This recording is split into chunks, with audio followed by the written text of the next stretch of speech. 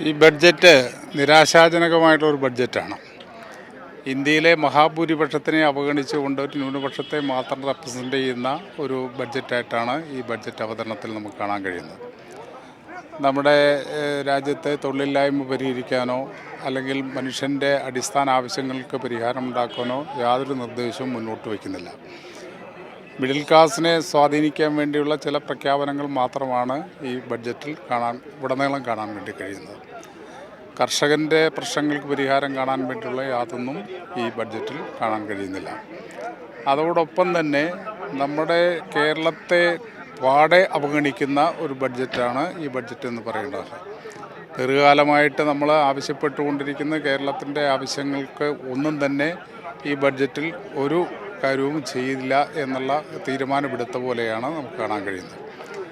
അതായത് നമ്മൾ കഴിഞ്ഞ വർഷം മുതൽ ആവശ്യപ്പെട്ടുകൊണ്ടിരിക്കുകയാണ് കേരളത്തിൻ്റെ വികസനത്തിന് വേണ്ടിയും മറ്റാവശ്യത്തിന് വേണ്ടിയും പ്രത്യേക പാക്കേജും അനുവദിക്കണം എന്നുള്ള കാര്യം.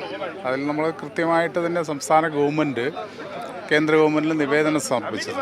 അതുമായി ബന്ധപ്പെട്ടുകൊണ്ട് നമ്മുടെ സംസ്ഥാനത്തെ ജയിച്ചു വന്ന BJP ഒഴികെയുള്ള മിക്കവാറും MP-മാർ ഒപ്പിട്ട നിവേദനവും കേന്ദ്ര ഗവൺമെൻറ് സമർപ്പിച്ചിരുന്നു.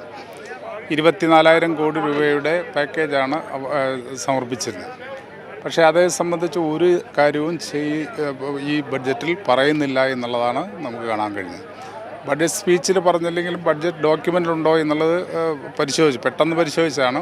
പക്ഷേ ഒരു നയാ പൈസ പോലും കേരളത്തിന് നൽകാൻ വേണ്ടി തയ്യാറാകുന്നില്ല എന്നുള്ള സ്ഥിതിയാണുള്ളത്.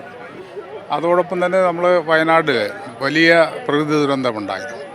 അതിന് സ്പെഷ്യൽ പാക്കേജ് നൽകണമെന്ന് നിരവധി വട്ടം നമ്മുടെ ബഹുമാനായ മുഖ്യമന്ത്രിയും അതുപോലെ ഇവിടുത്തെ MP-മാരും എല്ലാം ആവശ്യപ്പെട്ടാണ്.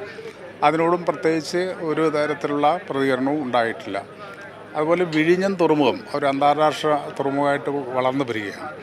തീർച്ചയായിട്ടും അവിടേക്ക് ആവശ്യമായിട്ടുള്ള സഹായം നൽകണം, ഗ്രാൻറ്റ് നൽകണം എന്ന് നമ്മൾ ഡിമാൻഡ് ചെയ്തുകൊണ്ടിരിക്കുക. പക്ഷേ അത് മിണ്ടുന്നേ ഇല്ല. എന്നാൽ ബീഹാറിന് വേണ്ടി കുറേ അധികം കാര്യങ്ങളിങ്ങനെ പറഞ്ഞുകൊണ്ടിരിക്കുന്നുണ്ട്.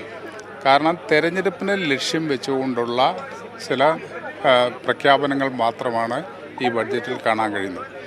ആസാമിനും അതുപോലെ ബീഹാറിനും ഒക്കെ ചില പ്രഖ്യാപനങ്ങൾ നടത്തുകയും ഡൽഹി തെരഞ്ഞെടുപ്പ് നടക്കുകയാണ്. ആ തെരഞ്ഞെടുപ്പ് 5-ാം തീയതി നടക്കുന്നു. അതിന് ഇവിടുത്തെ മിഡിൽ ക്ലാസ്സിനെ സ്വാധീനിക്കാൻ കഴിയുമോ എന്നുള്ളതും ഈ ബഡ്ജറ്റിലെ പ്രധാനപ്പെട്ട ഒരു കാര്യമായിട്ട് നമ്മൾ കാണുകയാണ്.